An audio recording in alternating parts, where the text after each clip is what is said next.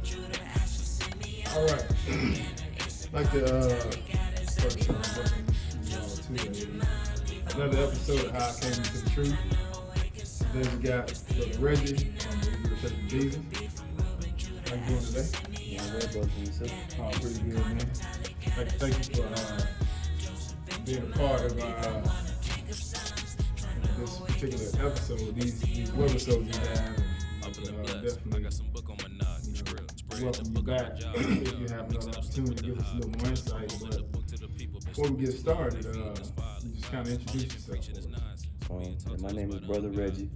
I go to the Israel Church of Jesus Bible class in Atlanta. Mm-hmm. I've been in the Word now for about 5 years, and just really learning a lot. Mm-hmm. Okay. Where you originally from? From Newport News, Virginia. Okay. So how was it growing up in Virginia? I mean, it was rough. Like, I grew up in an area called the Bottom. Uh-huh.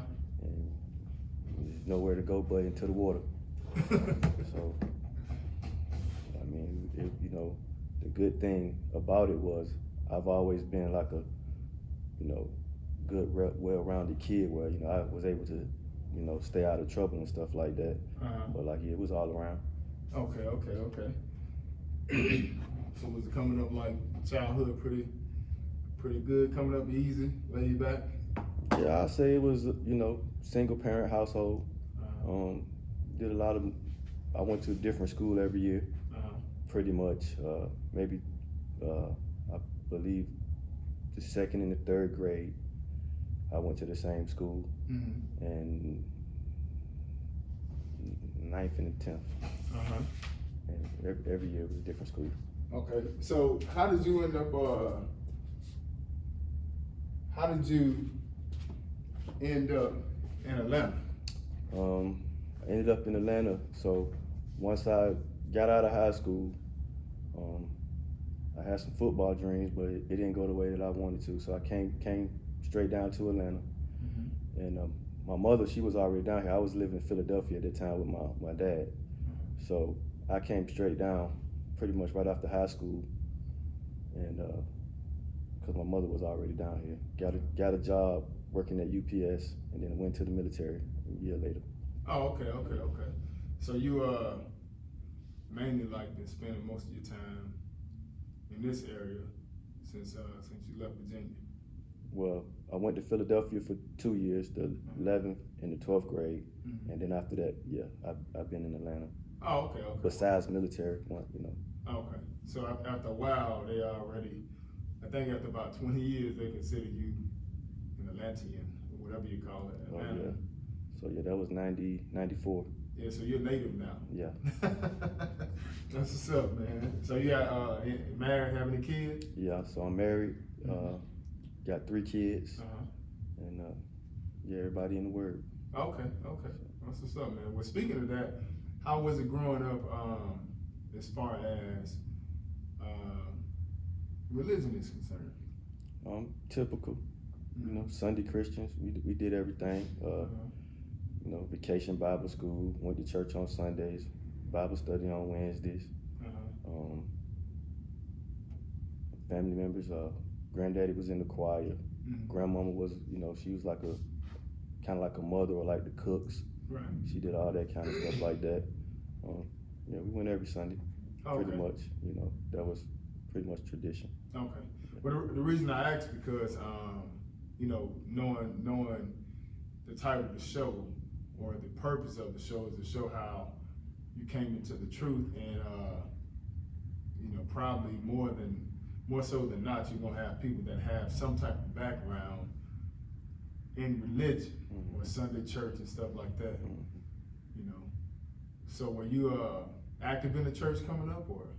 Yeah, I won't say I was really active in the church. Mm-hmm. I just went because that's Tradition. Yeah, tradition. Okay. Do you consider yourself like a rebel in a sense? No. What do you mean a rebel? Like somebody who really didn't go along with, what you heard at church. Oh, yeah. Well, always questioning. Yeah, definitely. So once I got old enough to start like actually trying to read the Bible and stuff like that, yeah, I've always had questions about things that I was hearing, right? So for the most part, nobody really could ever answer my questions. Even as a kid? Yeah, even, I won't say as a kid, but definitely as a young adult. Wow. Yeah. So you asking questions? Yeah, I was definitely asking questions. Wow. So in order for you to ask questions, that means you must have been either reading the Bible or not really getting an understanding on what the preacher was talking about. Right. So I'll definitely say, one of the reasons why it was so easy for me to come into the truth, because I didn't really have a lot of doctrine in my head anyway, because nothing really was sticking from my background. Right. And then, like I said, the things that when I was trying to read the Bible, like I was one of those people who always, like I would just get fed up or get to a point in my life where I say, you know what, I need to read the Bible. I need to understand the Bible. And I would always start in Genesis. Right. Right. So just in that book alone, there's so much stuff that I was reading, and it was just like jump off the page at me, and I was like, I don't understand that. Well, what made you, because we,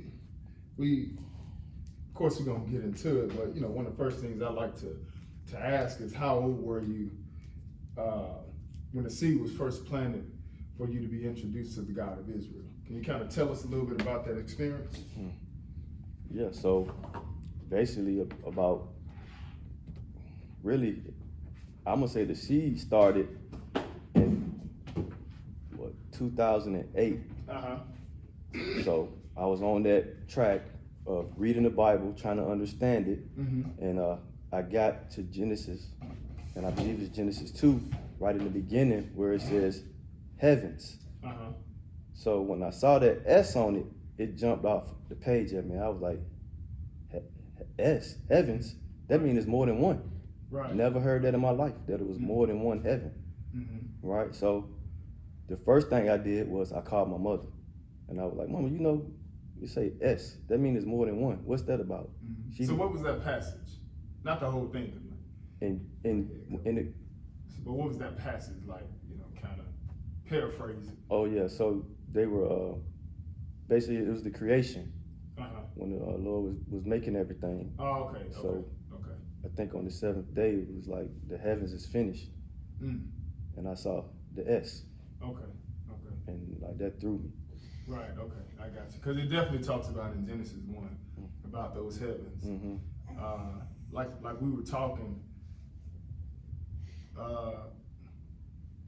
earlier about, to be able to notice that, you know what I'm saying? Like most people would read the Bible and don't even pay attention to that plural. Most people won't pay attention to the us as well, like even though that wasn't what it was, that sparked the entrance. Right. People don't even pay attention to us. Let us make man, So when I even read Genesis, I didn't really pay attention to the heavens, to be honest with you. Right. But for you, that's what kind of sparked interest, right? Right. And then like my natural personality, I'm the type of person where if you tell me something, or if I can read something, I'm going to do exactly what it says. Right. So that's why it jumped off the page on me, because it said S. It had the S on the end. So I'm going to try to do what it say to do, or try to understand what it says. And I want to understand it because I've always had a problem with, we say we believe the Bible, but when questions come, nobody uses the Bible, in my past. Nobody ever said, let's get the Bible, let's open up, let me show you this. Right. Like, so, and I've always had that understanding in me, but that's how we should be breaking down the Bible. Well, nobody never even taught me that. That's just something that the Lord put in me, that this is how we, if you say, this is what we're supposed to be using, the Bible. Right. Okay, well, speaking of you coming in, how did you say you were? Around 2008. So 2008. around that time. Okay. Yeah. So what was the experience like? Like how from seeing the heavens in the Bible to where you are now, how was that journey to get here? Right. So like I said, in 2008, that happened, and so I asked around a couple people, my family, they didn't have an answer for me. They basically like, just pray on it, the Lord will reveal it to you. So like like I say, like I wasn't dealing with anybody. Nobody else was like in my ear trying to teach me anything, nothing like that. So it was like I just had a feeling in my mind was like, you need to find somewhere, a church that's reading from the Bible. Right. So like I'm lost.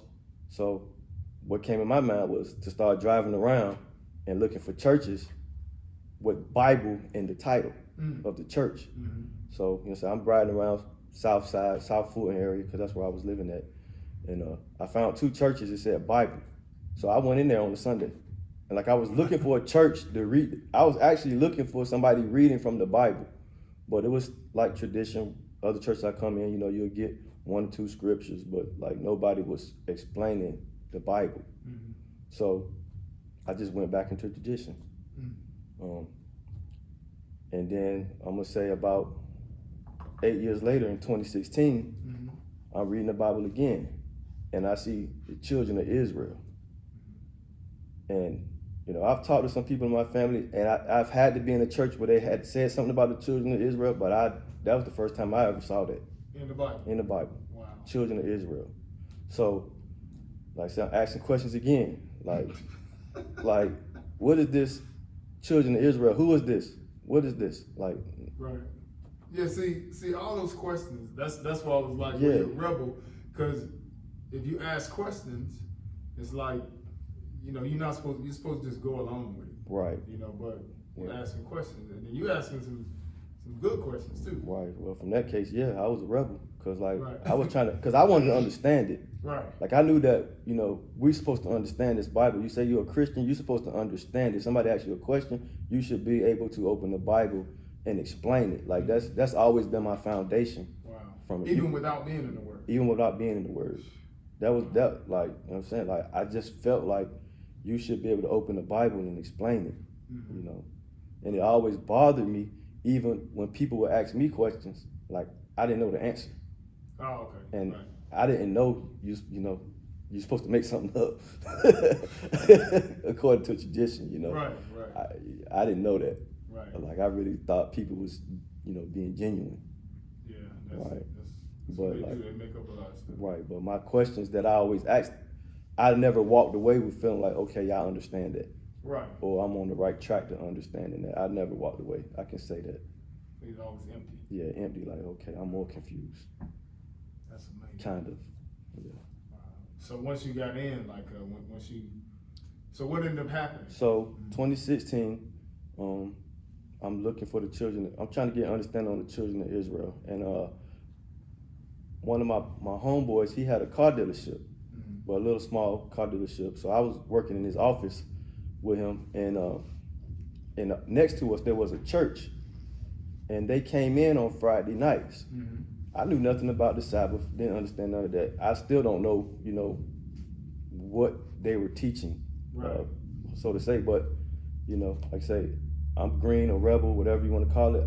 I caught one of the preacher's wife, and I said, I'm trying to find out who the children of Israel is. Do you know anything about that? And she basically said, oh yeah, our prophetess, she wrote a book on it. Let me get it to you. But she never got it to me. But that's all happened. So shortly after that, I was at the barbershop, and I normally, when I get out of the barbershop, I normally take the highway home. But something was in my head, it was like, take the streetway today.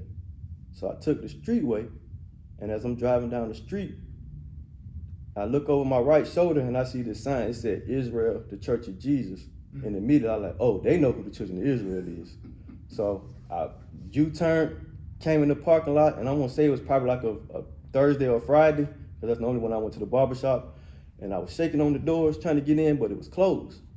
So I was like, wrote it down, and I went home and I looked on the internet, and I seen that the classes was on Saturday. Didn't even dawn on me that the class was on Saturday. Like, that didn't even cross my mind. So I probably say a week went by, and I'm just thinking about it the whole time. And I told my wife, I was like, I'm gonna go check this church out that I saw. It's on Saturday. I'm gonna go by myself, and then I'll let you know what's up. So when I got to church, sat down, and I saw that the church was reading from the Bible, and immediately I went to 08. Like, this is what I was looking for. I didn't even know what I was looking for in 08. Truthfully, I just know I needed somebody reading from the Bible. I didn't understand the platform, a reader, a teacher. I didn't understand none of that. But when I saw it, I was like, wow, this was it. And then on top of that, how the class was being taught, I could tell this is how you're supposed to be getting an understanding on the Bible. It just felt it. So like I tried to run out, as soon as the class was over, I tried to run out, and I was so happy. And one of the brothers caught me at the door, just, introduced himself to me. And like my whole mind was, the whole time he was talking to me, like, I got to get home and tell my wife I found our church. Right. And for the most part, that's how I came into the truth. Wow. That's a really amazing story. Just thinking about the question you, or I guess the requirement you put out there. They need to be reading from the Bible. Yeah. And then from 08 all the way to 16, Mm-hmm. you know what I'm saying? The Lord answered your prayer. You lived to get your prayer answered. Right. You know what I'm saying? So once you actually came in, once you actually found it, how was it, how was it taking it home, and then even taking it from your immediate family Mm-hmm. to somebody that you look up to, which me and you have had conversations about, Mm-hmm. and I've even met her myself over the phone. Mm-hmm. So taking it from what you getting, what you heard and saw, to taking it home to your immediate Mm-hmm. family, to somebody that's very important to your mother. Mm-hmm. How was that experience? Yeah, so my immediate family, like my wife and kids, like I didn't have an issue. Uh-huh. Everybody jumped right in line. Like it really was not much of any backlash on anything. It was kind of hard. I'll say not for me at all, but like I'll say like for the kids, coming out of Christmas, things like that. But after a year, like, man, we figured a way how to make it even better. So even, and then with the feast and then other things that we would do, like they liked it better. They liked it better. Right. So, and then the closest person to me in my family is my mother. Like, so we pretty much grew up together. And so like in the beginning, like, yeah, she was kicking against, she didn't understand what I was what I was getting myself into, And then, immediately the first thing you do when you come into the word, like you start eating the word, like you just regurgitate it no matter, any kind of way it come out. Right. Like, I mean, pretty much a babe. So like I might have said some things that, may have been offensive or things like that, which kind of was turning people away from the word, especially her. Uh-huh. And because, in tradition, we are taught that, Jesus loved everybody when, everybody's, everybody's supposed to be happy, all type of things like that. So like, but when you actually start reading the word, Mm-hmm. you see it's things that contradict that. Right. Right. So yeah, so like it was real hard for my mother in the beginning to come into the word. Right. So that was like, would you consider that one of the obstacles that you faced when you came into the word, trying to get through to your mom? It definitely was an obstacle for me trying to get her into the word, but it was never an obstacle for me whether I'm determined whether I'm gonna stay in or not. Right. Like, nah, I was in. Right. Did you have any obstacles? You know how some people like have trouble trying to change the schedule to now keep the Sabbath, something that's brand new to religious folks that are waking up and finding the truth. Right. What was that like? Right. For me, once again, it was a smooth transition. Like I came in the truth around September. Uh-huh. So, I had a work schedule. Our schedule changed every 6 months. Mm-hmm. So I always took Monday, Friday because, I had, childcare issues and stuff like that. So I just always took Monday, Friday. But our schedule changed in October. Mm-hmm. So like from shortly after, from October to now, I've always been off Friday, Saturday. Okay. Never had an issue. Uh-huh. with it. So that worked out just Worked fine. out perfect. I came right in. As soon as I realized, it took me probably 2 or 3 Sabbaths to realize that you ain't supposed to be working on the Sabbath. Right. some people may read it and actually see in the Bible that it's a 7-day, right? Yeah. And it may take years for them to, really comprehend it. Right. For you to get it that fast. Right. And the Lord have that worked out for you. It was That's awesome. pretty smooth. That was smooth. So like I've never really had any issues, and I've been able to like, because I keep the Sabbath, and that's the 4 point of my week. Like even I can see like things shifting in my job. So like I can always say, okay, well let me position myself, let me get over here, because I know I'm not gonna have no issue with being off on the Sabbath. So it's everything's always worked out. I'm actually going through that right now. Wow. I'm going to another area because like they didn't change the schedule. So but I've already got the job. So like right. So you just so the Lord work it out. You just work it out. You don't even mess with it. Right. That's good. Just man. work it out. Yeah, that's what I tell people. There's a will, there's a Yeah. way. You want to serve God, Right. He gonna make a way for you to serve Him. Right. Yeah. I agree. It just boils down to having faith. Having faith. Mm-hmm.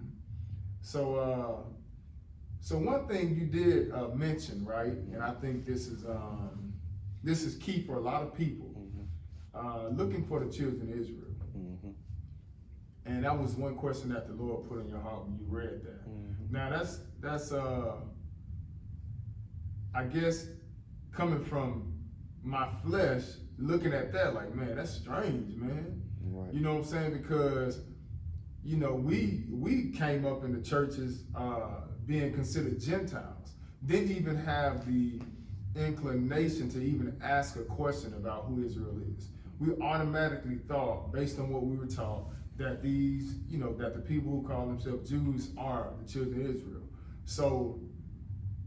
So you would have to put all that to the side to even ask that type of question. Right. So once you asked that question and the Lord showed you, how did finding out who Israel is help your understanding of the scriptures? It helped my understanding greatly.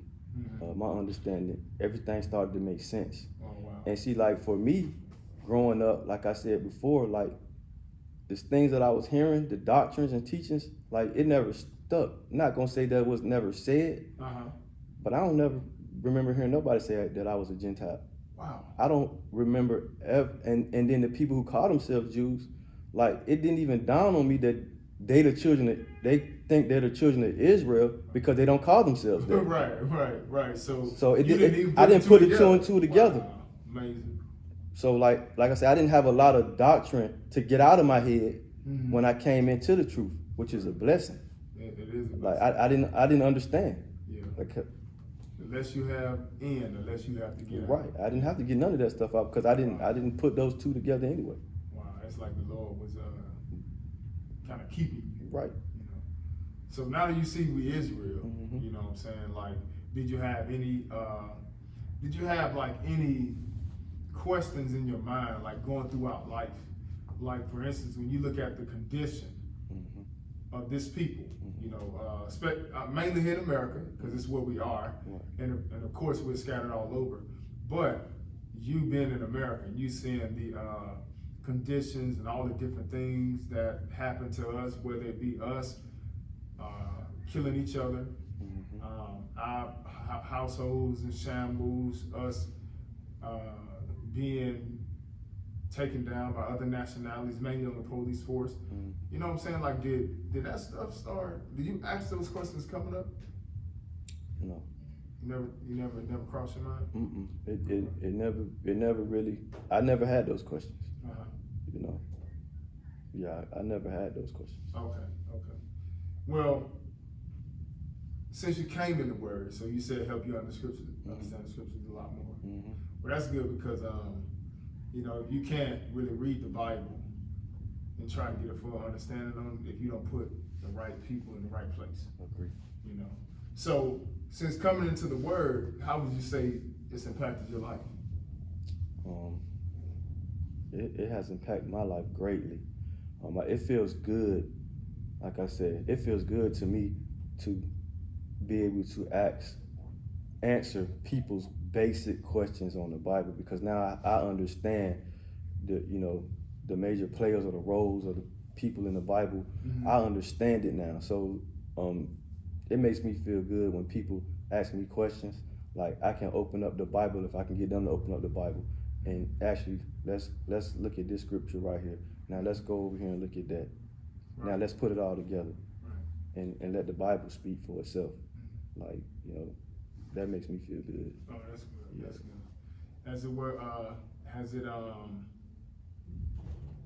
it kind of changed you as far as like learning how to deal with people? Because I know one person, your mom, Yeah. somebody that you have been dealing with Oh, for yeah. a long time in the Word. Mm-hmm. And most people don't realize that that's a battle, not a physical battle, but mentally that's a battle. You know, you fighting to save somebody's soul that don't know they need to be saved. So how was it like going from that process of starting out having conversations with her to now her being in the Word? Right. So that process, you know, like I said, it was a learning experience for me, and what I got from it was patience and even understanding how to give people the Word sometimes. Right. You know, and so a lot of times, like, you know, it's like when you come in with the spirit, you know, and against the flesh, like those two gonna battle all the time. Right. So yeah, so it was like in the beginning a bunch of yelling. It was to the point where like I didn't even know, like I might even be yelling, and then my wife would come downstairs. She'd be like, "You yelling?" And you know, my mother saying the same thing. Like, I can't hear you. You yelling. And like it was getting to the point where I had to check myself. I was like, you know, that's your mama. Right. You know what I'm saying? So I would always hang up. You know, I would talk to the Lord about it, and you know, I was like, look, I need help with this, cause like, you know, like she was somebody who wanted to learn, but then like she wanted to learn from me. Right. Right. She didn't want to learn from nobody else. She wanted to learn from me because like that was our past. Like whenever we had a discussion about the Bible, it would be just her and I on the phone talking, or I'll be at her house. We'll be talking it out, not really reading it out, but we'll be talking it out. But like that was just our bond when it came to the Word. So now that I'm in the truth, like I don't sound like, you know, the old me. Right. You know, I actually have some wisdom coming out of my mouth, but because she is rebelling against everything I'm saying, is riling me up. It was riling me up. Wow. Right. I'm saying the right things for the most part, but like how I was coming out of me was like, I don't know who you are, and I can't get down with that. So that's how she was. Right. At you. Right. Amazing. Yeah, that's that battle. That's that's that spiritual battle. Trying to save somebody you love, and like I said, they don't know they need to be saved. Right. You know. So patience is definitely. If you learn anything about this walk, it's gonna have to be patience. Right. You know, trying to reach back to pull people into what you're doing now. It's gonna take some patience, because you know it's like you trying to get all that tradition, especially when it's mom and dad and you know, people that have been around longer than us. The battle's a whole lot harder to fight because there's so much tradition you have to pull out. So that right there definitely teaches you a lot of patience. So that leads me to the next question, as far as, in addition to the patience, what advice would you give, you know, for someone new that's coming in the Word? What advice do you think you can impart into somebody, you know what I'm saying, as far as how to move about, just in general, also, you know, as far as how to distribute the Word? Right. So the first thing I would say, you know, everybody is different for everybody, but you know, the first thing, you got to make sure that you're talking to the Lord on a regular basis about, you know, like what you're supposed to be doing. How am I supposed to be moving? You know, and like for somebody that's new coming to Word, like my first, besides that, I would be like, you know, just take your time when you come into it. You know, you study, you know, and kind of play a role where you always be ready. Like for when somebody asks you a question, you study. So like when people ask you a question about the Bible, like you can give an answer. Like, so just always be ready to answer people's questions when it comes to the Bible, because that's really what we need, people to answer people's questions. Because people have questions, but like, you know, the answer need to come from the Bible. Wow, that's a great answer.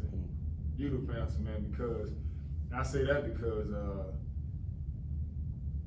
you gotta be able to you gotta be able to humble yourself and say, well, just give me some time if you don't know the answer to it, and let me go look in the Bible, let me go study this, and I'll get back to you. You know, like we were talking about earlier, you know, you always have to give an answer coming up in the churches, but it ain't.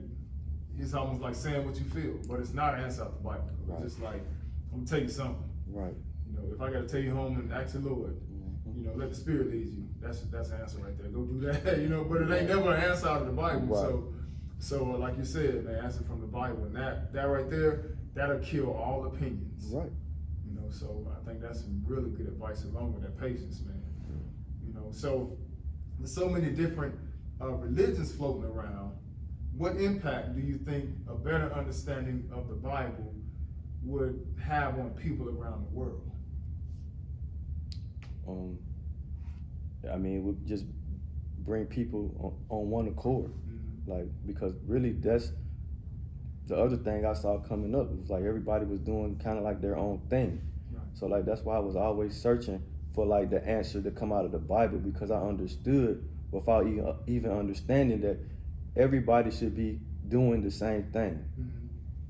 And so with answers, or, you know, people getting understanding on the Bible, it should be bringing us more together on one accord. What does say the Lord? Right. Yeah, that's definitely it'll definitely get rid of all those religions.